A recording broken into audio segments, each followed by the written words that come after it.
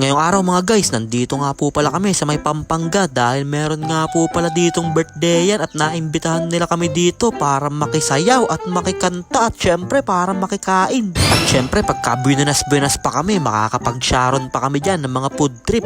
Kaya happy birthday po kay Madam Mirna at thank you po sa pag-invite sa amin dito sa napaka-solid na birthday celebration nyo. Kaya ipagseserve po namin kayo ng napakasarap na mga milkshake at ng price dito lang yan sa ating MF Party Food Cart. Kaya kung wala kayong ginagawa ay samahan nyo muna kami dito sa aming trip. Let's go! So ayun po dahil hindi nga kami excited ay madaling araw pa lang ay nagbiyahe na kami dito papunta sa Pampanga. Kaya ayun, nagkandaligaw-ligaw na kami. Hindi na namin alam kung saan ba kami napunta, pero maya lang ay nandito na nga din kami sa may bahay nila Boss Myla. Dahil dito nga gaganapin ang birthday celebration ni Madam Mirna. Kaya alas 3 pa lang na madaling araw ay nagbababa na kagad kami dito ng mga gamit. Talagang quality ang mga trip. At syempre natulog din muna kami dyan at kinaumagahan na nga ay maliwanag na dito sa Pampanga. At nagre-ready na din kami para sa gagawing party mamaya. Ayan nakalatag na yung mga catering saka yung mga upuan at lamesa. At maya lang bigla na nga dumating dyan ang upuan ng Reyna. Kaya naman nagmamadali na dito yung dalawang kasama ko, si Kuya Jay saka si Kuya JR. Sinet up na nga nila dyan yung mga gagamitin natin cart ng mabilisan habang ako nagbalat na ako dito ng mga gagamitin nating mangga. Syempre kailangan madami tayong balatan ng mangga para quality yung mga pantoppings natin. At pagkatapos ko magbalat ng mangga saka mag-set up ng tent, lumabas muna kami dito para maggala-gala muna dito sa may Pampanga. Hahanap tayo ng mga solid na spot dito. Kaya nang hiram muna kami dyan ng mga motor at sa paglalakbay namin nakahanap kami dito ng quality na spot. Ayan nasa may ilalim ng puno. Talagang bansarap tumambay dito, napakalakas ng hangin. At maya lang bigla nang may dumaan dyan na dalawang kalabaw. Ayan lakas ng kalabaw ni Kuya. Talagang lintik kumatak. Walang sinabi ang mga magaganda na motor sa kalabaw ni Kuya. Panis pa din, sa kalabaw pa din ako. Mas malakas pa humatak yan kaysa sa motor. Tignan nyo naman yung mga kalabaw, kahit sobrang init ay talagang for the go. Kaya pagkatapos namin magpahangin dyan ay bumalik na nga din kami dahil baka malapit na magsimula yung birthday celebration. Kaya sabi ko sa kanila, tara na, balik na tayo, baka hinahanap na tayo dun. At pagbalik namin dito, sakto naman, nandito na pala yung alak saka si Butch lechon. Ayan naaamoy ko na kagad yung lechon, parang quality. At syempre may nakalatag na din dyan ng mga catering. At syempre hindi magpapahuli dyan ng Okoy King. Meron nga din po pala silang food cart dito na nakalatag. Sikat na sikat daw yung Okoy King na yan. Kaya titignan ko muna kung paano ba yan niluluto. Ayan grabe, parang talagang napaka-quality niya.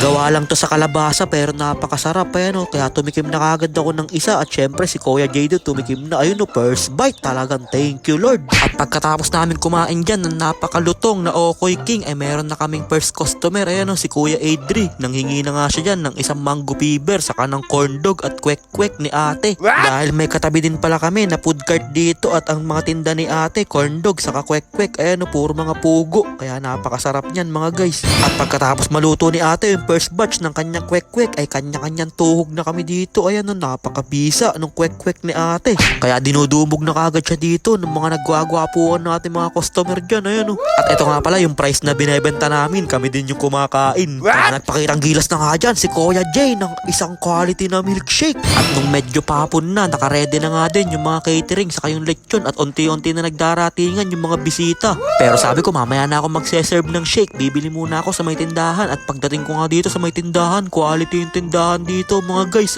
Talagang kompleto sa lahat. Parang tindahan ni Doraemon, kahit anong hanapin mo meron silang maibibigay sa'yo. Kompleto. May mga panyo pa. Kaya shoutout mo sa may-ari ng tindahan na yun. Napaka-solid po ng tindahan yun. Nakaka-inspire. At pagbalik ko nga dito sa may birthday party, dumating na nga din dyan yung singer na si Marimar. Kaya magsasayawan daw muna sila. Happy birthday no! Ituro na po!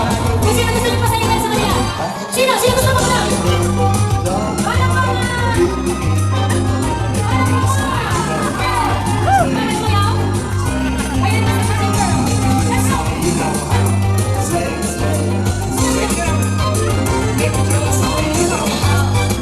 Banggaling pala magsayaw ni Tita Judith. Kaya naman ginaya na nga siya dyan ni Natnat. Ayan binatukan tuloy si Natnat ni ate. Kasayaw kasi ng sayaw.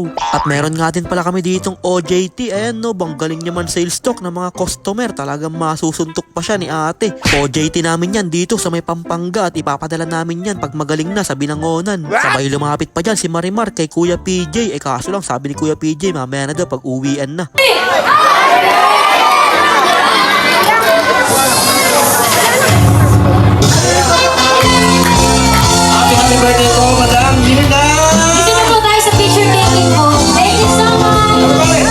Kaya nag-shake na nga ako dito ng punuan para mamaya lang ay maubos na yung mga tinitinda namin na Mango Graham para uwian na. Buti na lang meron akong kasama dito na OJT, talagang banlupit mag-toppings niyan ni Idol, talagang bandami namin naging customer. At habang nagsasayawan sila dyan sa may harapan ay bigla na nga nainggit si Kuya Jay, mukhang magpapakitang gilas at ayun na nga bigla nagsayaw. Grabe naman sa mga dance move si Kuya Jay. May mga tinatago palang galawan na ganun si Kuya Jay. At mukhang natataranta na dito yung OJT natin dahil bandami na nga customer dyan. Ayan na, hindi na nga niya matakpan yung baso. Dahil bandami na nga po dumating dito na bisita, kaya madami na ding umo-order sa atin na Mango Graham. At shoutout muna sa lahat na nagpunta ngayon dito. Napaka-solid talaga ng mga event dito sa may Pampanga. At ito na nga ang inaabangan ng lahat. Pasok!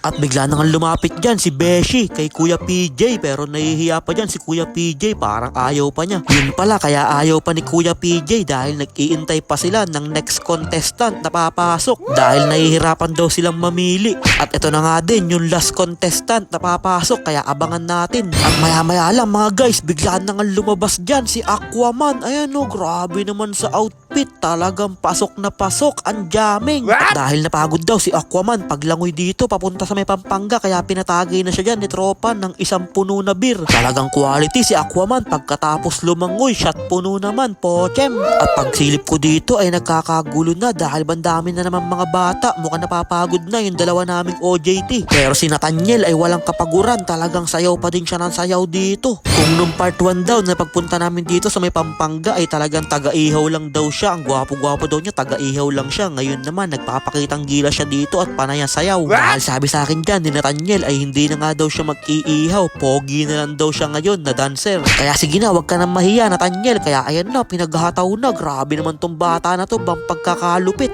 Napakasaya talaga dito sa may Pampanga, kaya babalik ulit kami dito. Kaya maraming salamat po kala Boss Myla sa pagtanggap sa amin dito, at syempre sa ating birthday girl si Madam Mirna, maraming salamat po at happy birthday po sa inyo. At syempre salamat din kala Tita Janet at kala Tita Judith, thank you po sa inyo. Sobrang solid po ng mga tao dito sa may Pampanga, talagang welcome na welcome po kami. Binigyan pa nga nila kami ng manok na may lahi, yung mga malalaki. Kaya sana sa susunod pagbalik namin dito, dalawang manok naman yung ibigay nila sa amin, yung magkapares sana para pochem. Pagkatapos ng napakasayang party at ng mga sayawan at ng kainan at syempre ng inuman ay isa-isa na nga kami nag-uuwian dito. Dahil gabi na, baka abutin kami ng madaling araw sa biyahe namin pag-uwi dahil malayo pa yung uuwian namin. Kaya maraming salamat po sa inyong lahat. Kung nakita nyo yung mga mukha nyo dito, ishare nyo na lang yung video para makita ng mga ibang kakilala nyo. Kaya bumiyahe na nga din kami pa uwi dahil isang araw na nga ako nawawala sa bahay, baka hinahanap na ako ng mama ko. Kaya maraming salamat po ulit sa ating mga boss dyan at sa mga madam. Baka naman ibigay nyo na yung Christmas bonus. Sabay nagutom pa nga dyan si Kuya Jay sa aming biyahe pag uwi, kaya pumod trip muna kami dito sa may pork chop house. Kaya yun lang mga guys, maraming salamat nga po pala sa walang sawang pagsuporta at sa palaging panonood. I-follow nyo na si Ninin Vlogs para sa mga susunod pang vlogs. Mag-ingat po kayo palagi. Bye bye! Yo!